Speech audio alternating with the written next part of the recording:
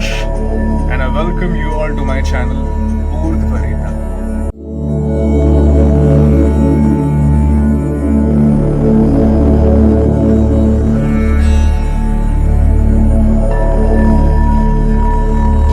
सबसे नीचे चक्र हमारा मूलाधार चक्र होता है, प्रोस्टेटिक चक्र। प्रोस्टेटिक ग्लैंड के पास जो चक्र जो होता है उसे कहते हैं प्रोस्टेट चक्र। ठीक है, वो जब जागता है तो वो सर्वाइवल टेंडेंसीज हमारे अंदर जो होती है ना वो बढ़ जाती हैं। उसके ऊपर का चक्र होता है स्वादिष्ठान चक्र। अब नीचे का चक्र में जब प्राणिक एनर्जी जब फ्लो जब भर जाता है, कैसे भरता है? हम जब अनुलोम विलोम जब करते हैं, नाड़ी शोधन जब करते हैं, नाड़ियां शुद्ध होती है ताकि उनमें प्राणिक फ्लो अच्छे से हो सके।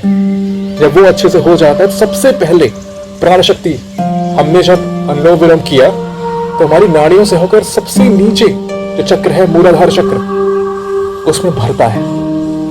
जब प्राण शक्ति इतनी भर जाती है कि वो ओवरफ्लो करने लगती है तो उसके अंदर इलेक्ट्रोमैग्नेटिक सिग्नल्स क्रिएट होते हैं। उसका चुंबकीय क्षेत्र बनता है, विद्युतीय क्षेत्र बनता है, इलेक्ट्रोमैग्नेटिक सिग्नल्स भेजता है अपने ऊपर वाले चक्र को। कौन सा चक्र? स्वादिष्ठान चक्र। अब स्वादिष्ठान चक्र में वो एनर्जी भरने लगी। स्वादिष्ठान चक्र जब एक्टिवेट हो जाता है तो उसके ऊपर का चक्र होता है मणिपूरक चक्र। हाँ, मूलाधार चक्र रेड कलर का है, स्वादिष्ठान चक्र ऑरेंज कलर का है, सैफरन कलर का है, उसके ऊपर का मणिपूरक चक्र येलो कलर का है। स्वादिष्ठान चक्र जब जगता है तो आपके अंदर सेल्फ कॉन्फिडेंस आता है, आप मेटेरियलिज्म को एंजॉय कर पाते हैं, आप वेल्थ को, प्रॉस्पेरिटी को अट्रैक्ट कर पाते हैं, आप उसका मतलब समझते हैं, एंजॉय कर पाते हैं। आपके अंदर कैपेसिटी होती है कि अगर आप मिलियनियर हैं, बिलियनियर हैं, आप उसको एंजॉय कर सकें, अपने जीवन पे अपना पूरा कंट्रोल ला सकें। स्वादिष्ठान चक्र ये होता है। जिनके अंदर स्वादिष्ठान चक्र वीक होता है, सुसाइडल टेंडेंसीज आती हैं उनके अंदर, डिजायर नहीं होता उनके अंदर, पैसिव होते हैं, लेथार्जिक होते हैं। स्वादिष्ठान चक्र एक्टिवेट करके उसको शक्तिशाली बनाकर आप यही कर सकते हैं, कॉन्फिडेंस ला सकते हैं, लाइफ को बेटर वर्जन में जी सकते हैं। स्वादिष्ठान चक्र is one of the most important chakras in the entire क्रिया कुंडलिनी जागरण प्रोसेस। उसके ऊपर होता है मणिपूरक चक्र। मणिपूरक चक्र येलो कलर का है, ये हमारे डाइजेशन को कंट्रोल करता है। मणिपूरक चक्र जागने से क्या होता है कि आपकी बॉडी में जठराग्नि जो होती है, जो डाइजेस्टिव फायर होता है, वो बिल्कुल बढ़िया तरीके से होने लगता है, कोई कमी नहीं होती उसके अंदर। जिनकी जठराग्नि मंद होती है उनका मेटाबॉलिज्म बहुत वीक होता है। जिनकी हाई होती है उनका डेफिनेटली बहुत अच्छे से होता है, वो जो कुछ भी खाते हैं पच जाता है, शरीर में रस अच्छे से फैल जाता है, बढ़िया से एब्जॉर्ब हो जाता है, प्राणवान बनते हैं हम लोग। खाई हुई चीज से एनर्जी एब्जॉर्ब कर लेते हैं, प्राणिक एनर्जी एब्जॉर्ब कर लेते हैं, not just carbohydrate, fats and the nutrients but pranic energy as well. They're able to absorb it in a better and a more profound manner. Okay? उसके ऊपर जब मणिपूरक चक्र जब अच्छे से एक्टिवेट हो जाता है, उसके अंदर एनर्जी ओवरफ्लो करने लगती है, तो वो अपने ऊपर वाले चक्र, ये सब संकल्प शक्ति से हो रहा है। हम खुद बैठ कर जब ध्यान में जब बैठे हैं तो हम अनुलोम विलोम जब कर रहे हैं, नाड़ी शोधन हमारा हुआ तो प्रॉपर प्राण का फ्लो हुआ, हमारे सबसे नीचे मूलाधार चक्र एक्टिवेट हुआ, उसके ऊपर स्वादिष्ठान एक्टिवेट हुआ, उसके ऊपर मणिपूरक एक्टिवेट हुआ, और उसके ऊपर होता है अनहत चक्र। अनहत चक्र ग्रीन कलर का, हार्ट चक्र बोलते हैं जिसे, थाइमस भी बोला जाता है बहुत बार से, ग्रीन कलर का होता है ये चक्र कंट्रोल करता है फीलिंग्स को, ब्यूटी को, लव को, कनेक्शन को, भक्ति को। भगवान हनुमान की ज्यादातर शक्ति यहीं से आती थी क्योंकि वो भक्त हैं, राम भक्त हैं। उनका समर्पण, उनकी भक्ति ही उनकी सबसे बड़ी शक्ति है। ये मत समझिएगा कि बॉडी बिल्डर है जिनकी बाइसेप्स निकले हैं, ट्राइसेप्स निकले हैं, ट्रेपेजॉइड्स हैं, विंग्स हैं, कॉलम ऐसे मसल्स निकली हैं, ऐसा नहीं है। Hanuman ji can be a simple वानर, वन में रहने वाले नर। बंदर मत समझिएगा, वानर है वो। नियांडरथल्स बोलते थे जिनको, नियांडरथल्स, वानर यानी वन में रहने वाले नर, बंदर नहीं होते वो, कपी नहीं होते वो, ठीक है, उनका समर्पण भी उनकी शक्ति होती है ऑल टुगेदर। तो जब अनहत चक्र आपका जगता है ना, अनहत का मतलब होता है, आहत का मतलब होता है चोट लगाना, अन का होता है बिना चोट लगाए। तो अनहत क्या होता है? बिना चोट लगाए, जिससे एक कंटिन्यूअस वाइब्रेशंस निकलते रहते हैं, एक नाद निकलता रहता है, एक साउंड निकलती रहती है, उसे कहते हैं अनहत। जब अनहत चक्र आपका एक्टिवेट होता है तो आपके अंदर डीप फीलिंग्स आती हैं, you able to connect very well to everything, you able to feel the songs deeply, you able to feel the breath, the air, the clouds, the tree, the nature, the people. You're able to understand people very well. You're able to connect with them very well. You're able to understand what the other person is thinking. Anahat चक्र जगने से ये होता है। You're able to experience life in its deeper aspects. उसके ऊपर हम आते हैं तो आता है हमारा विशुद्धि चक्र। वेब गियर में ग्रीन के बाद क्या आता है उसके ऊपर? ब्लू। विशुद्धि चक्र जो थायराइड के पास होता है उसे कहते हैं विशुद्धि चक्र। इसके जगने से क्या होता है? हाँ, जब हमारा अनहत चक्र भर गया प्राण से, ओवरफ्लो हुआ एनर्जी का, ऊपर गया, उसने इलेक्ट्रोमैग्नेटिक सिग्नल्स भेजे ऊपर वाले चक्र को, विशुद्धि चक्र को, अब वो एक्टिवेट होना स्टार्ट हुआ ब्लू कलर का। अब वो जब एक्टिवेट होता है ना तो इंसान के अंदर वाक सिद्धि आती है। इंसान जब बोलता है तो फ्लो में बोलता है, उसको पता होता है वो क्या बात कर रहा है। जब वो बोलता है तो लोग सुनते हैं, बांध लेता है अपने ऑडियंस को। विशुद्धि चक्र जगने से ये होता है, इंसान के अंदर वाक सिद्धि आती है, वाक पटुता, वाक चातुर्य, एक सिंक्रोनाइजेशन होता है।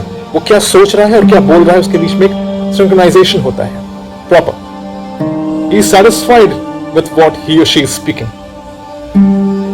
That's what happens when you activate your Vishuddhi chakra. Vishuddhi चक्र नीले रंग का है, ब्लू कलर का है।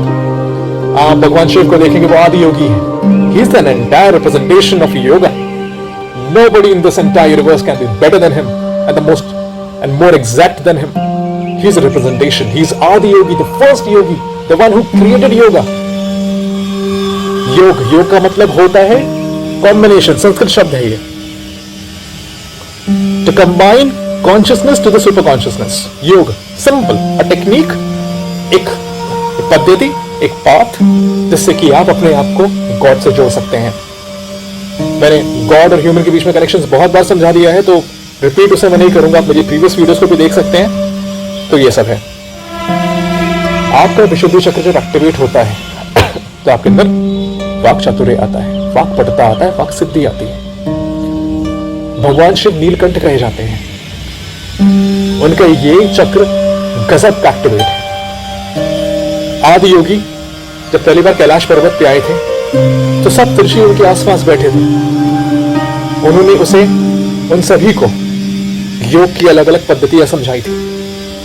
114 चक्रों का ज्ञान दिया था, कुंडलिनी ज्ञान दिया था, प्राण का ज्ञान दिया था। All this happened through आदि योगी, the first योगी, भगवान शिव, आदि योगी, महादेव। ओके,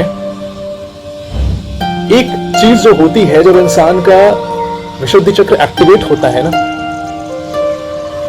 तो आपकी तरफ स्नेक्स, सांप बहुत जल्दी अट्रैक्ट होते हैं। देखा गया है कि जो ऐसे योगी रहे हैं जिनका विशुद्धि चक्र एक्टिवेट होता है, जिनको वाक सिद्धि होती है, उनको स्नेक से बड़ा लगाव होता है। स्नेक्स उनकी तरफ अट्रैक्ट बहुत होते हैं। भगवान शिव का देखा है, गले में सांप लपेटा होता है उन्होंने, यहां पर सांप होता है उनके। क्यों? Snakes are attracted towards it, क्योंकि वाइब्रेशंस उसकी निकलती रहती है ना, तो स्नेक्स को अट्रैक्ट करती हैं। स्नेक्स सुन नहीं सकते, बहरे होते हैं, वो वाइब्रेशंस को कैच करते हैं। बीम जब बचता है तो उस वाइब्रेशंस को कैच करते अपना सर हिलाते हैं, गजब की वाइब्रेशंस निकलती हैं। सांप हमें समझा तो नहीं सकता कि उसे कैसा फील होता है, पर हाँ, अट्रैक्शन जबरदस्त होता है सांप के अंदर विशुद्धि चक्र एक्टिवेट होने पर। सॉरी। सो ऑल टुगेदर हमारा विशुद्धि चक्र जब एक्टिवेट हो जाता है, नीले रंग का, जब नीलकंठ की स्थिति प्राप्त हो जाती है, उसके ऊपर आता है आज्ञा चक्र।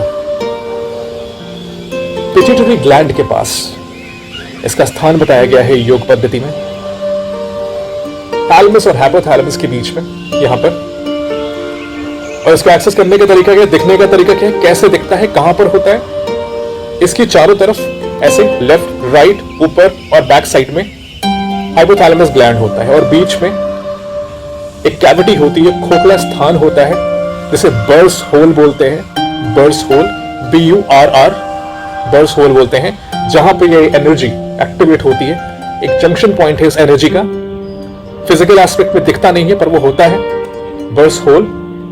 यहां पर कॉन्सेंट्रेशन ऑफ एनर्जी होती है, जिसे आज्ञा चक्र बोलते हैं, पिट्यूटरी ग्लैंड बोला जाता है।